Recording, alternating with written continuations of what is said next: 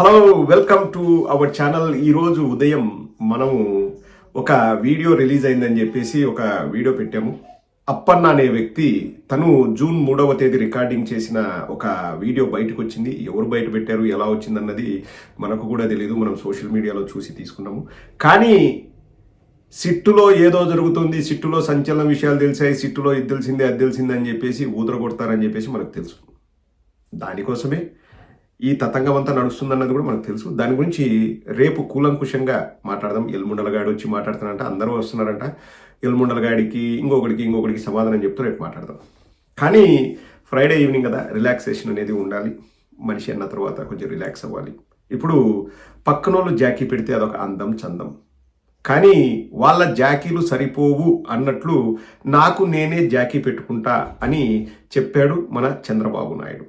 ఇక్కడ చంద్రబాబు నాయుడు జాకీ కంటే ముందు రెండు విషయాలు మనం గుర్తుపెట్టుకోరండి. అమెరికా అధికారులు అన్న, అమెరికాకు అధికారులకు ఏంటన్న సంబంధం అంటే వాళ్ళిద్దరూ వేస్ట్ కాదంట. అమెరికా వేస్ట్ అంట, అధికారులు వేస్ట్ అంట. అధికారులు వేస్ట్ అని బాబు బ్యాచ్ అంటే అమెరికా వేస్ట్ అని డైరెక్ట్ బాబు అన్నాడు. ముందుగా బాబు బ్యాచ్లోని ఒకడు తెలుగు 360 అని పనికి మాలనోడు ఉంటాడు. వాడికి చంద్రబాబు సంకనాకడం తప్ప ఏం తెలియదు. మళ్ళీ ఏదో న్యూట్రల్ జర్నలిస్ట్ అన్నట్లు కలరింగ్ ఇస్తాడు. ఆ తెలుగు 360 వాడు ఏం రాశాడో ఒకరోజు చూపిస్తాను, తర్వాత చదివి వినిపిస్తాను. ఒకసారి వినండి. తెలుగు360.com అని ఉంటాడండి వెధవ. చంద్రబాబు నిద్రపోలేదు, పోనివ్వలేదు. చంద్రబాబు నిద్రపోనివ్వలేదు. అందులో రాశాడు చూడండి, ఫాస్ట్గా చదువుతాను.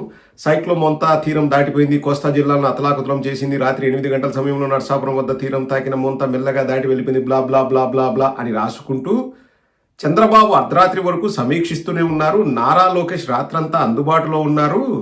పర్యవేక్షించేవారు లేకపోతే అధికార యంత్రాంగం ఎంత నిర్లక్ష్యంగా వ్యవహరిస్తుందో అందరికీ తెలుసు. పర్యవేక్షించేవారు లేకపోతే అధికార యంత్రాంగం ఎంత నిర్లక్ష్యంగా వ్యవహరిస్తుందో అందరికీ తెలుసు. అందుకే చంద్రబాబు తాను ఆర్టీజీఎస్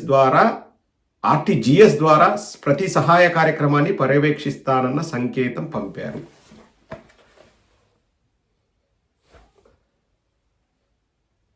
తెలుగు 360. సో తెలుగు 360 ప్రకారము చంద్రబాబు లేకపోతే ఆ అధికారులంతా నిర్లక్ష్యంగా ఉంటారంట, పట్టించుకోరంట. అంటే అధికారులు అంత ఎర్రిపప్పల, అంటే అంత పనిబాట లేని పొరంబోకులు అధికారులు అంటే ఇంత చిన్న చూప వీళ్ళకి. నేను చెప్పడం కాదు, చంద్రబాబు ఆస్థాన కుక్క అయిన తెలుగు 360 వాడు చెప్పాడు. వీడే నేను ఏదో ఆస్తులు సంపాదించుకున్నానంట, ఏపీఎన్ఆర్టీ అనే సొసైటీ ద్వారా 100 కోట్లు ఇక్కడికి మళ్లించానంట, ఇక్కడ ఏదో సూట్ కేసులు కంపెనీలు పెట్టానంట. సూట్ కేసులైనా బ్రీఫ్ కేసులు, లేకపోతే చాయ్ బిస్కెట్లు కూడా ఉంటాయి. ఈయన బోందా, వీళ్ళు జర్నలిస్టులు అండి, సంకల్ నాకే వెదవులు వీళ్ళు జర్నలిస్టులు. సో అధికారులను వేస్ట్ అన్నారు. ఎవరు? చంద్రబాబు బ్యాచ్ అధికారులను వేస్ట్ అన్నారు. ఇప్పుడు చంద్రబాబు నాయుడు ఏకంగా అమెరికానే వేస్ట్ అంటాడు. ఇంకా అదే హైలైట్. వినండి. డబ్బా కొట్టుకోవాలా, తప్పదు. ఇంకా డబ్బా కోసమే ఈ మోంతా తుఫాన్ వచ్చిందే అన్నట్టు కొట్టుకోవాలి డబ్బాని. అవకాశాన్ని అందిపించుకోవాలనడంలో చంద్రబాబు నాయుడు సిద్ధహస్తులు. చూడండి, ఇంకా ఆ డబ్బా చూడండి, ఇంకా తట్టుకోలేరు. ఇంకా 2-3 రోజుల నుంచి రక్తాలు కారుతూనే ఉంటాయి. మీకు చెవులు నాకు తెలుసు, తప్పదు. కాటన్ పెట్టుకోండి. కానీ వినండి ప్లీజ్. గుర్తుపెట్టుకోవాల్సింది, అమెరికాలో ఏదైనా కానీ ఒక క్రైసిస్ వస్తే వాళ్ళకి హ్యాండిల్ చేయడం తెలియదు. అంత సిస్టమేటిక్ గా రెగ్యులేటెడ్ లైఫ్ కాబట్టి మనం అట్లాగా ఏ విపత్తు వచ్చినా, ఏ క్రైసిస్ వచ్చినా within no time will set right. That is the beauty of India. కాబట్టి నేను చూశాను కొన్ని తుఫాన్లు అయితే అమెరికాలో 6 నెలలు రెక్టిఫై చేయలేకపోయా. మన ఇటీవల కాలం సిలికాన్ వ్యాలీలో వచ్చినటువంటి ఆ ఫైర్ యాక్సిడెంట్ అయితే ఎన్ని రోజులు పెడితే మీరు చూశారు. ఇక్కడ more responsive system because of democracy కానీ మన ఎక్స్పర్టైజ్ కానీ. అందరూ దేశంలోకి ఇండియాలో ఎక్కడ ఏ స్టేట్ చేసినట్టు కనిపించదు. ప్రపంచంలో కూడా ఇలాంటి సిస్టమ్స్ ఉన్నాయి.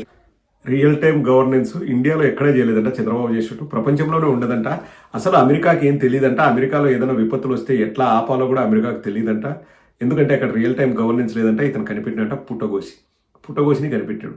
ఇప్పుడు ఇంక ఏమన్నా అంటే ఇక మళ్ళా హర్ట్ అవుతారు, ఈ పచ్చ కుక్కలు ఏడుస్తాయి. కానీ నేను మైక్రోసాఫ్ట్ తీసుకొచ్చిన అన్నాడు. అంటే నువ్వు మైక్రోసాఫ్ట్ తీసుకురావడమే గ్రేటా? ఆ మైక్రోసాఫ్ట్ కనిపెట్టి అందులో ఎన్నో ఇంకా ఏమంటారండి వాటిని, టెక్నాలజీస్ని వాటిని వీటిని కనిపెట్టి ప్రపంచానికి దిశానిర్దేశం చేస్తున్న వాళ్ళు ఎంత ఫీల్ అవ్వాలి? ఎవరు కనిపెట్టింది? మైక్రోసాఫ్ట్, అమెరికా వాళ్ళు కదా.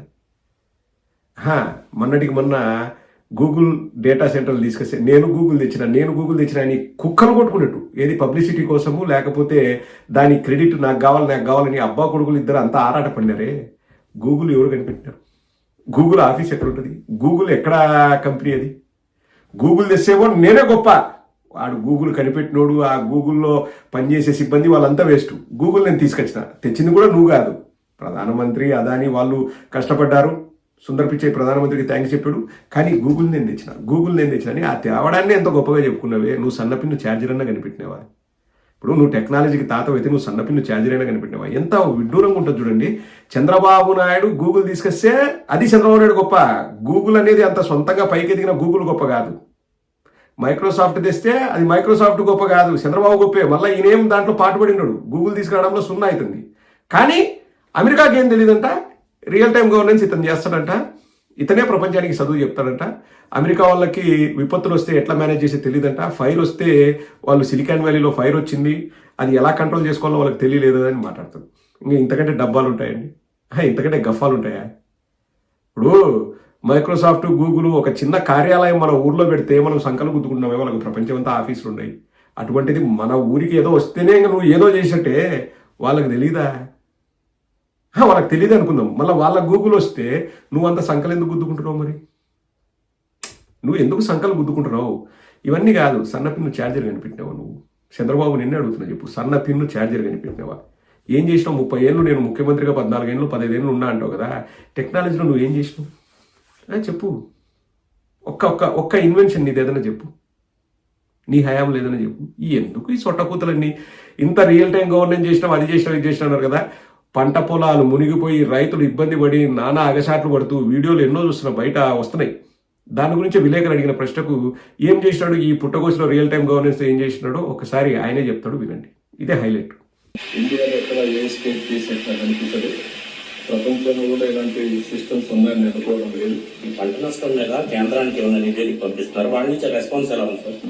ఎప్పుడైతే ఇప్పుడు ఇంకా పంపించమంటే నేను మాట్లాడతా. రియల్ టైం గవర్నెన్స్ ముందు మీకు వార్తలు కావాలా, సెన్సేషన్ కావాలా, ఏదో అడిగేస్తా ఉంటారు. రిపోర్ట్ పంపమనిపై వాళ్ళు ఎట్లా రెస్పాన్స్ ఉందండి. Real time governance real time లో మా ఇక్కడి నుంచి వాళ్ళకి అన్ని వివరాలు అందజేస్తున్నారు. రియల్ టైంలో వాళ్ళకి అందలేదు, ఇంకా మనం పంపించాలి. వాళ్ళ దగ్గర ఉండాలి పోర్టల్, వాళ్ళు చూసుకుంటూ ఉంటుంది, వాళ్ళు చూసుకోవాలి.